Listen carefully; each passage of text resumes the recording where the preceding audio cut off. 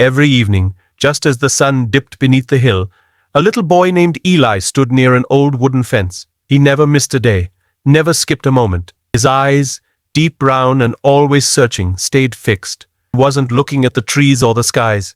He was waiting for someone who once promised they'd return, someone who said, "I'll come back when the stars remember my name."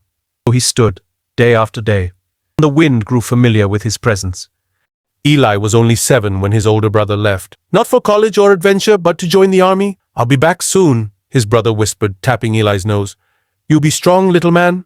Eli took it like a soldier. He saluted, even smiled.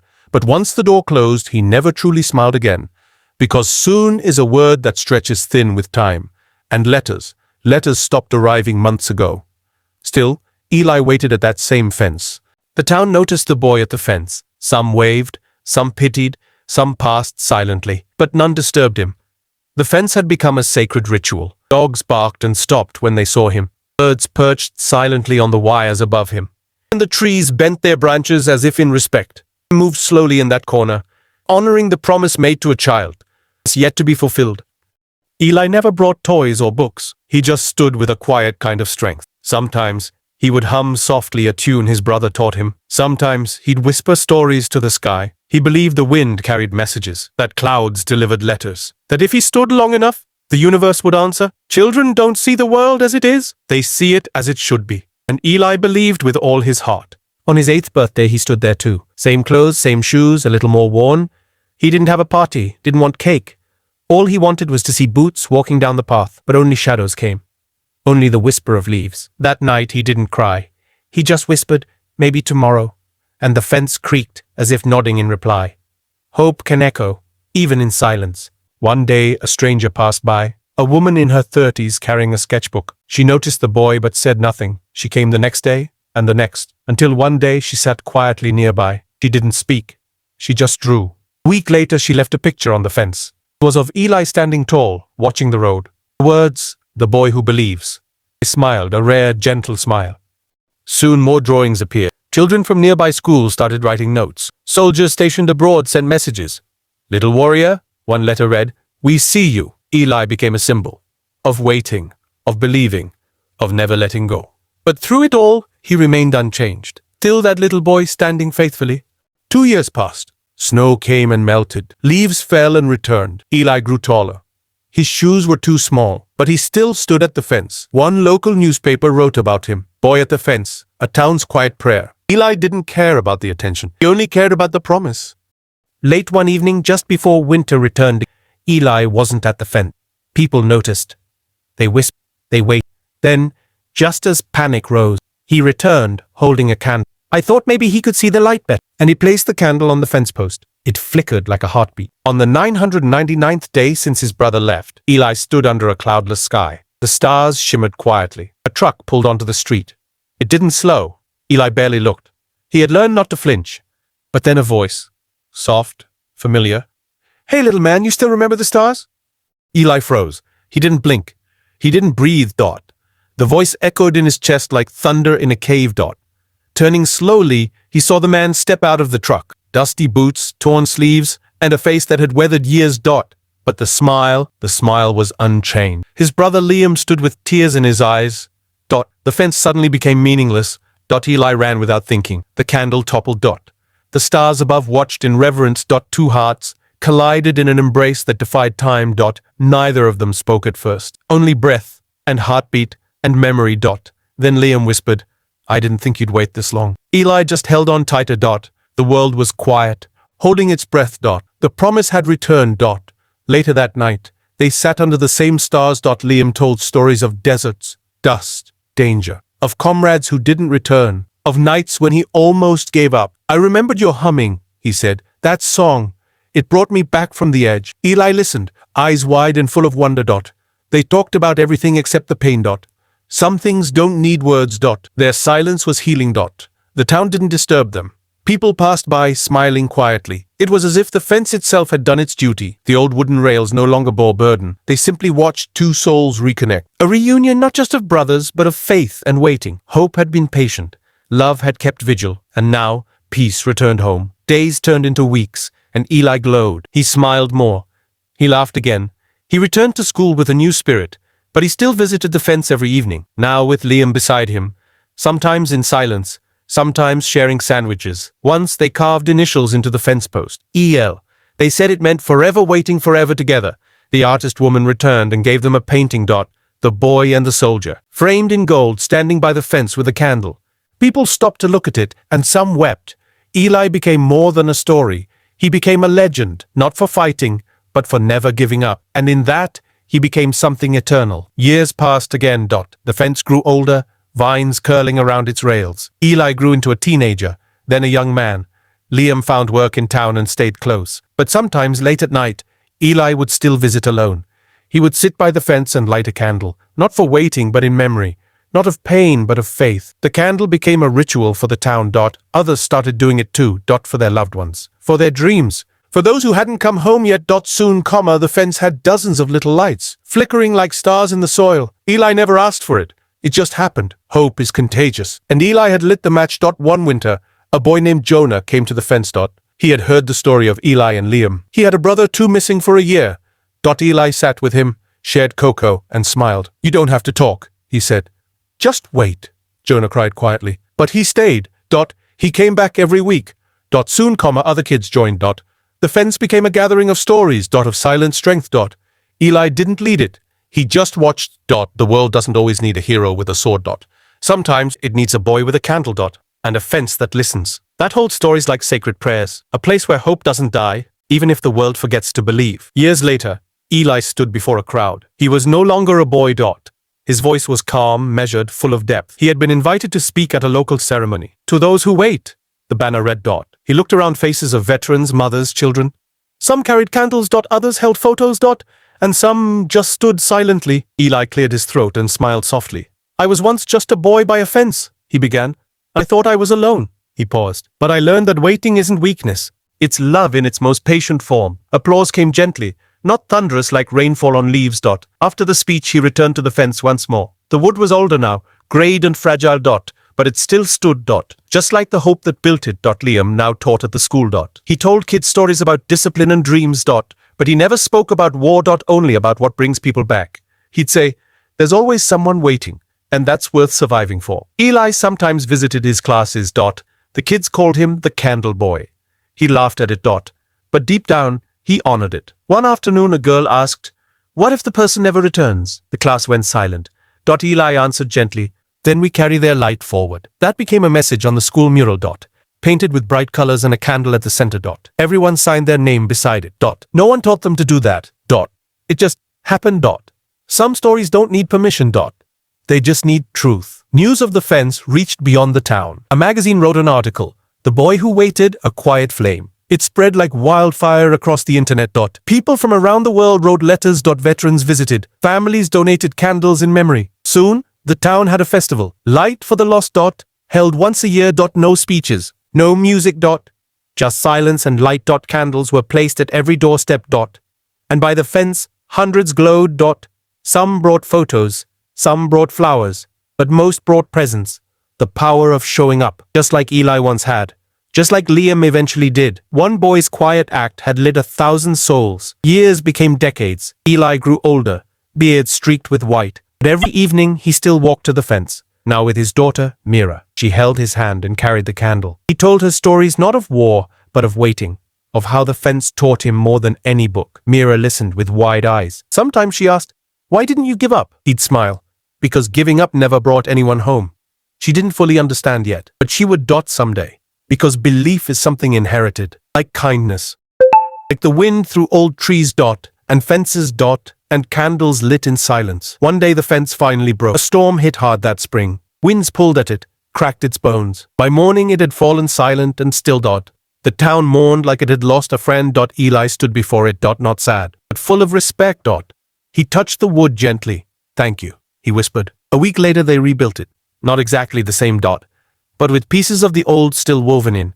Children painted it with stories. One panel read, "Hope stands here." Another, "For everyone still waiting." It wasn't just a fence anymore.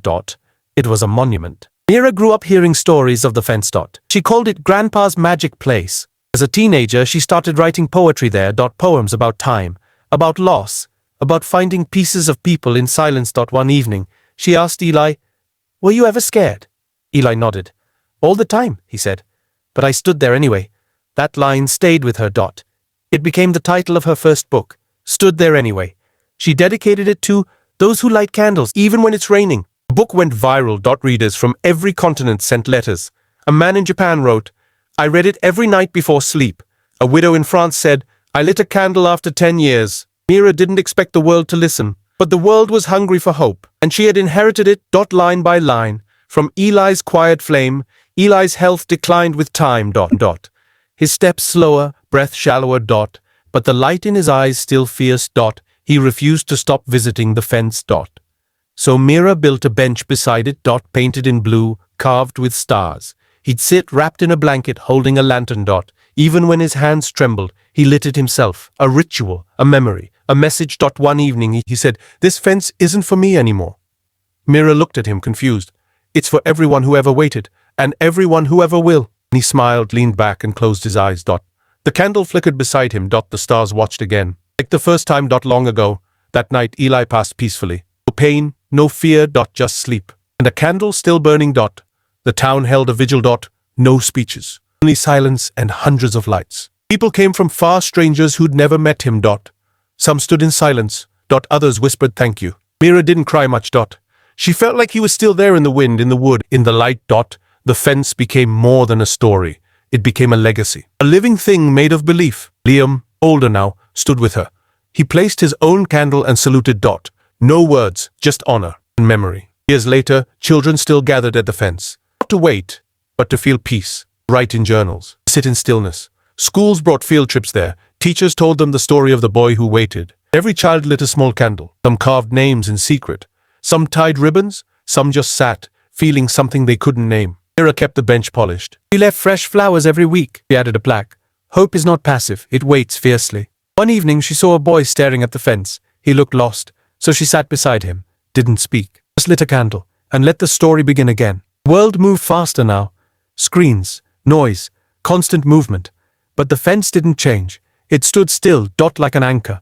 People visited from countries far away. Some left photos, others left dog tags.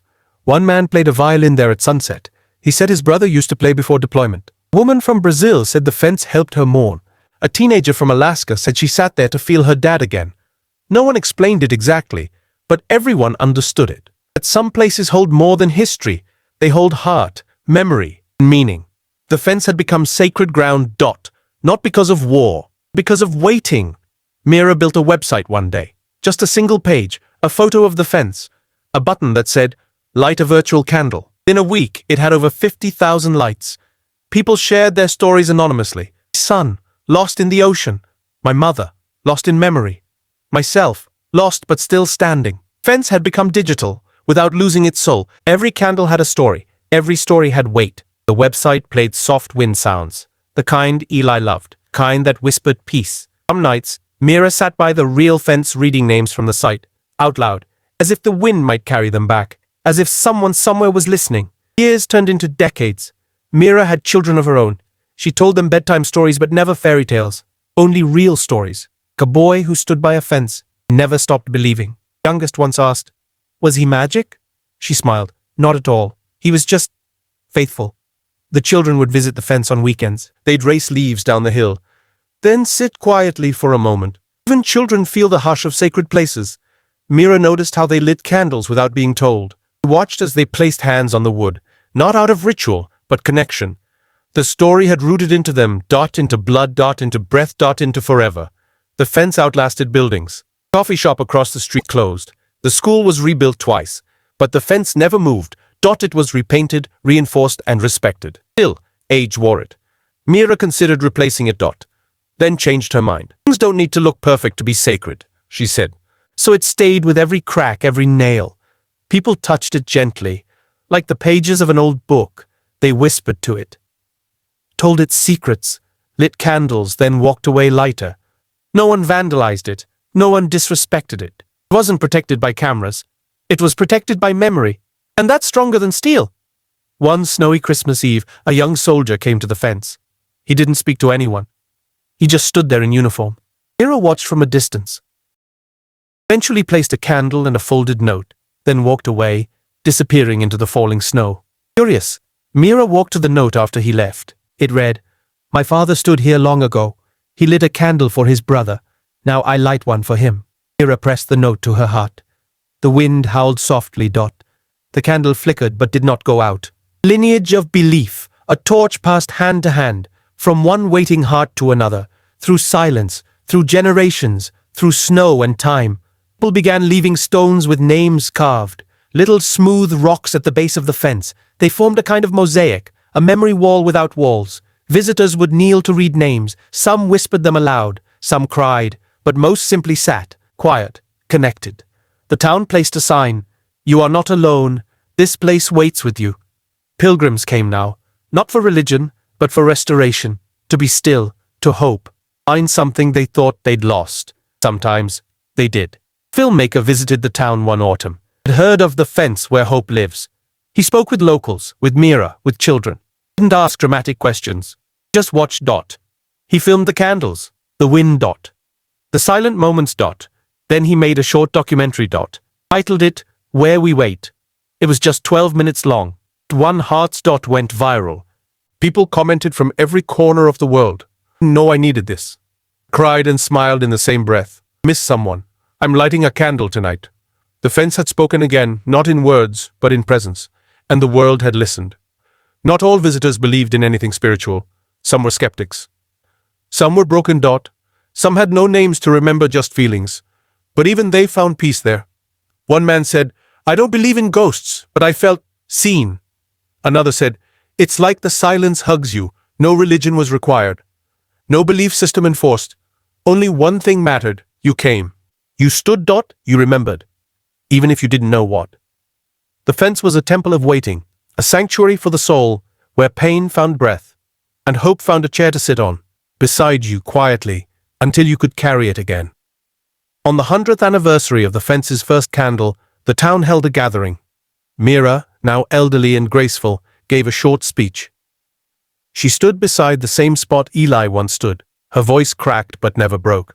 "My father taught me," she said, "that waiting is not weakness, it is love stretched across time." People held candles in silence. A child played a soft melody on a flute. No applause, just stillness. And stars. The wind blew gently, lifting flames just slightly like a nod. It was the same breeze Eli once stood in. The same sky, the same heartbeats, carried forward. You couldn't see him, but somehow, he was there. Mira passed away a few winters later. In her sleep, holding a candle by her bed. Her children lit a real one at the fence. And so did hundreds of others. One note left read, "Because of you, I waited and found peace." Her bench was kept. A plaque added, "Mira West, the Flamekeeper." Her books remained in every local library. And new visitors, unaware of the full story, still found something there, a weight, a whisper, a warmth. The fence no longer needed caretakers. The people had become its keepers, and belief no longer belonged to one family. It belonged to everyone. To the boy, the brother, the daughter, and now, the world.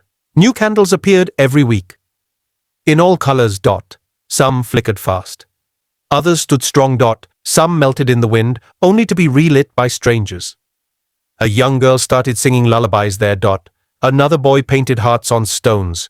The town didn't make rules. It just let the fence breathe. Even animals sensed something sacred. A dog lay quietly there every Sunday. No leash. No master. Just presence. Even without stories, even without knowing, he waited. And in waiting, he belonged. The fence was never officially on a map. Tour guides didn't list it. GPS couldn't quite find it. But still, people arrived. Some said the road pulled them. Others stumbled upon it by accident. But none ever left the same. Even those who said, "I don't believe in this kind of thing," stood quietly longer than they meant to. And often cried without knowing why. Because some places don't need stories, they are stories. And some objects, like old fences, hold more love than locked hearts ever will. So the fence stood. Not proud. Not loud. Just sure and steady. A boy named Aaron came one spring. He had lost his sister to cancer. He carried her bracelet and a half-drawn picture. He didn't cry. He just sat. An old woman placed a candle beside him, wordless. They sat for an hour. Then Aaron stood, tied the bracelet to a branch, and smiled for the first time in months. I think she's okay, he said. No one argued. No one questioned. Because at the fence, grief didn't need logic. Only honesty. And presence. And light. And time. The fence began to show signs of age again. Its wood curled. Its color faded. But no one rushed to replace it. People brought small pieces of wood. They patched it slowly together. A mosaic of hearts. Some engraved names. Some drew dandelions, seeds of memory. Some wrote just one word. Still. Because the fence had taught them stillness is not emptiness. It is presence without pressure. And strength without shouting. The fence didn't demand anything. It simply offered itself. And in that offering, healed the world. An artist painted a mural nearby. It showed a boy with a candle, a soldier beside him, and a wind-blown field. At the corner, the words, "Not all heroes wear armor, some just wait." The mural became a landmark. People took photos. Children pointed and smiled. Even those who didn't know the story felt its power. Because art can carry memory, even when the names are forgotten. And some stories never truly end. They just wait quietly in fences. And candles, and children still learning how to hope. Tonight, somewhere far from that little town. Someone is waiting. Maybe for a brother, maybe for a sign, maybe just for sleep. And maybe, just maybe, they'll hear this story. Maybe they'll light a candle by their window, or close their eyes and imagine a quiet fence, one that never asked for glory, one that simply stood, day after day, year after year, until hope returned, until peace arrived, until someone was found, or remembered, and when they do, they'll become part of it too, because this story is for everyone who ever waited, and never stopped believing. One that simply stood, day after day, year.